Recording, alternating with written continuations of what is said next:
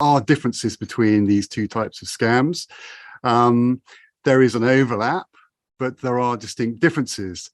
And also with pyramid scams, we get the much more complicated scenario where when we bring in multi-level marketing schemes, we have some which are actually legal, or at the very least, just breach regulatory law. So it does create some challenges for enforcement and for consumers.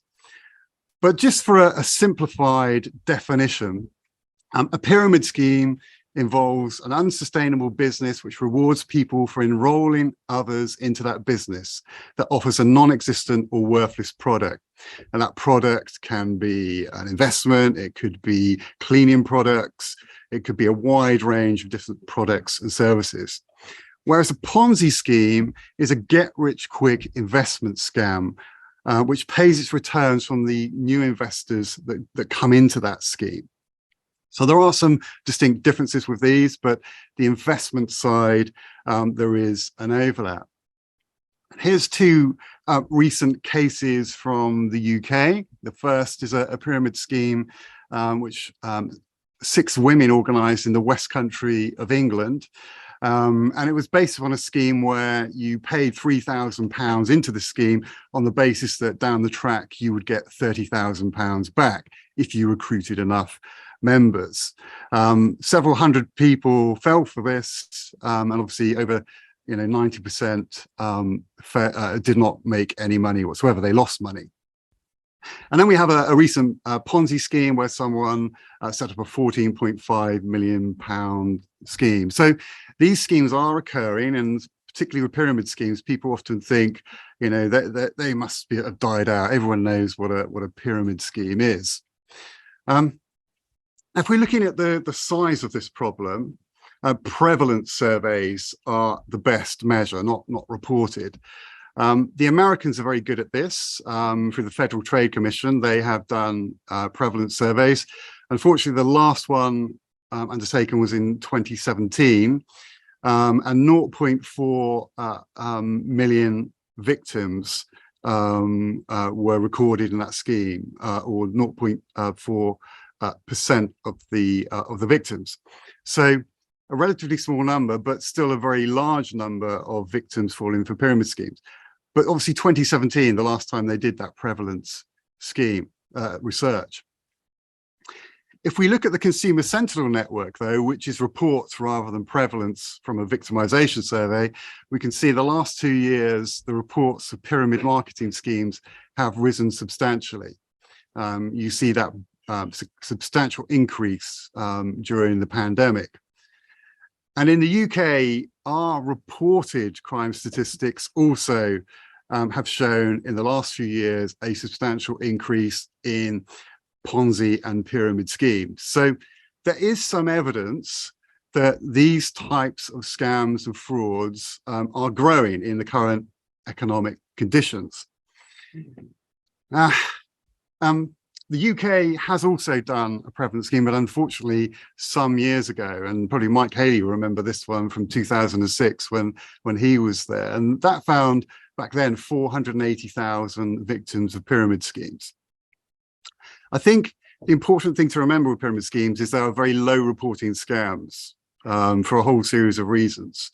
So reports don't really capture the full size of it. It's prevalence surveys which are the best, but unfortunately we don't have many prevalence surveys that particularly target this.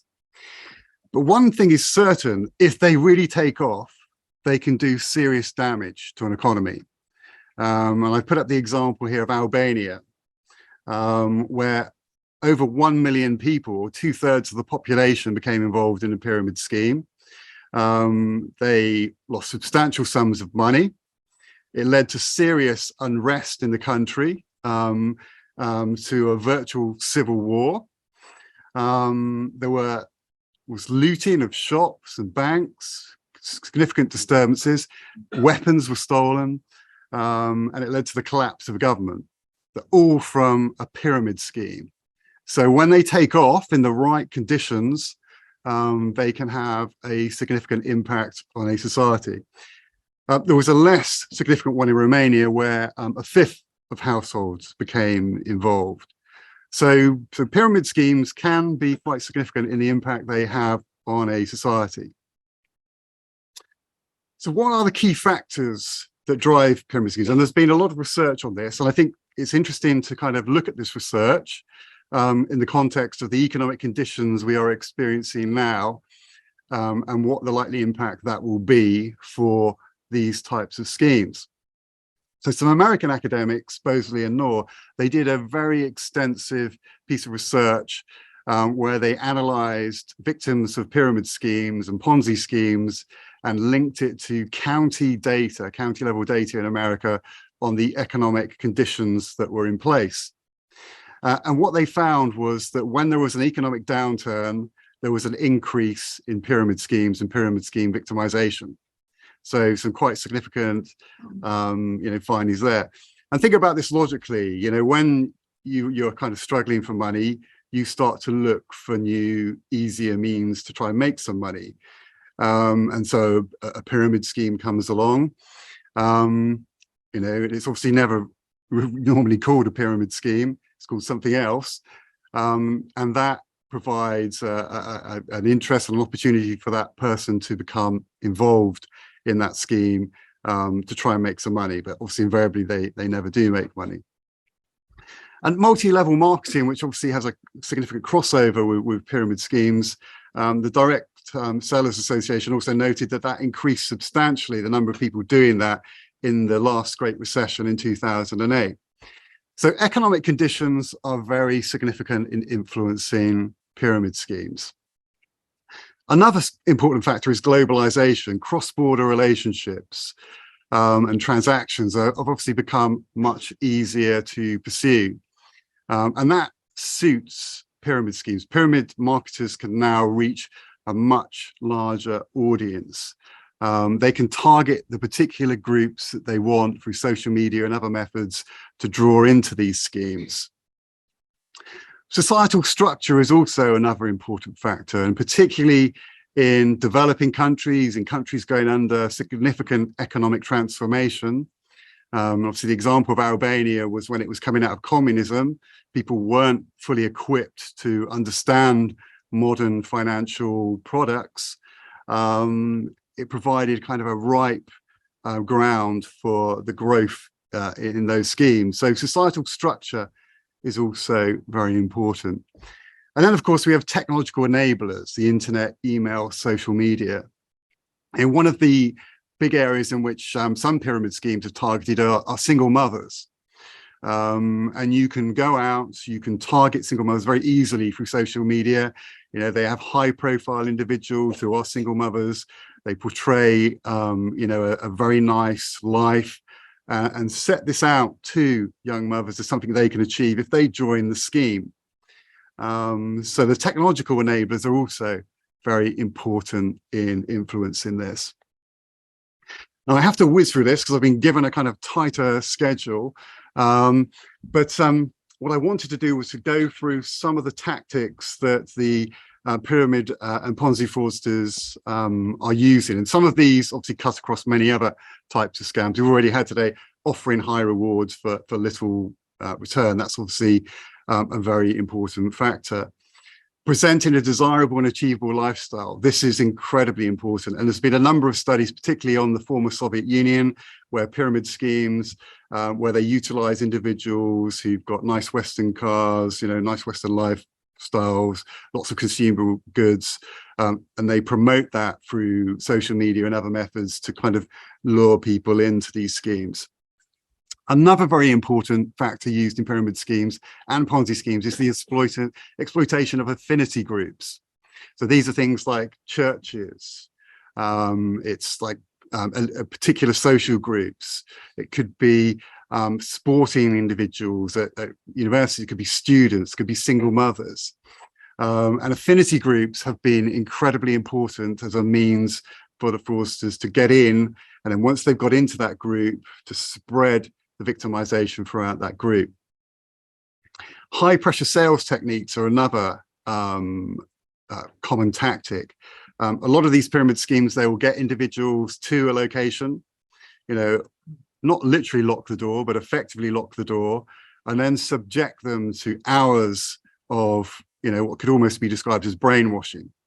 So it's very difficult for them to leave the venue without having actually signed up to the scheme.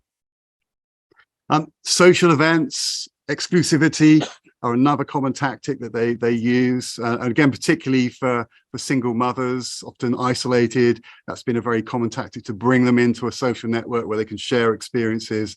And some actually feel, quite not cheated by just the money, but cheated by the social network when they find out that it is actually a scam.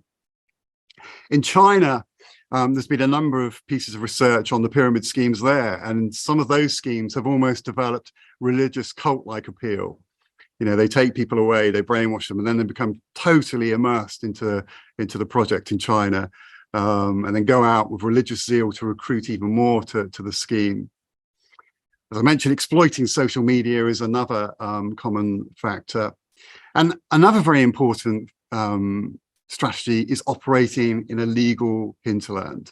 Some of these schemes, particularly the pyramid schemes, operate in a zone where it's not necessarily clearly criminal. It's harder to prove it's criminal. It might be civil, it might be regulatory in terms of its breaches, and that creates even more challenges, particularly if you want to go to law enforcement. You go to law enforcement and you say, I've been a victim of this pyramid scheme. They look at it and they say, no, that's a trade issue. That's not for us. That obviously gives them, the scammers, a huge advantage. So these are the main tactics that are used. So I've whizzed through this, hopefully on time. So important messages. Obviously, pyramid schemes are, in the bigger picture of scams, we compare to consumer scams, a smaller part of the picture. But what we're seeing is some evidence from some of the indicators of measurement that they're growing quite substantially at the moment.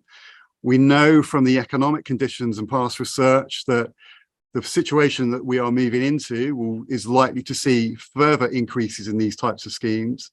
So I think as the global anti-scam community, we need to be very aware of these types of scams as they emerge to tackle them. Thank you.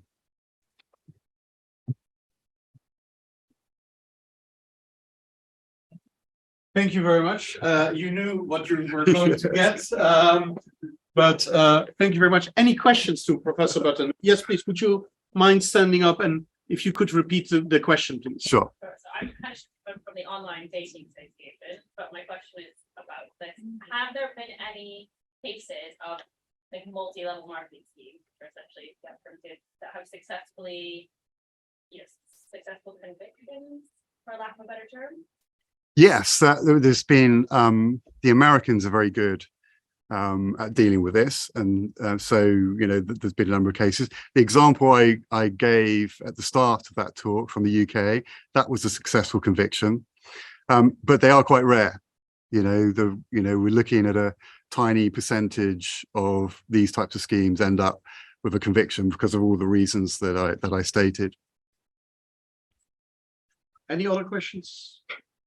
Then again, thank you very much. No problem. Thank you.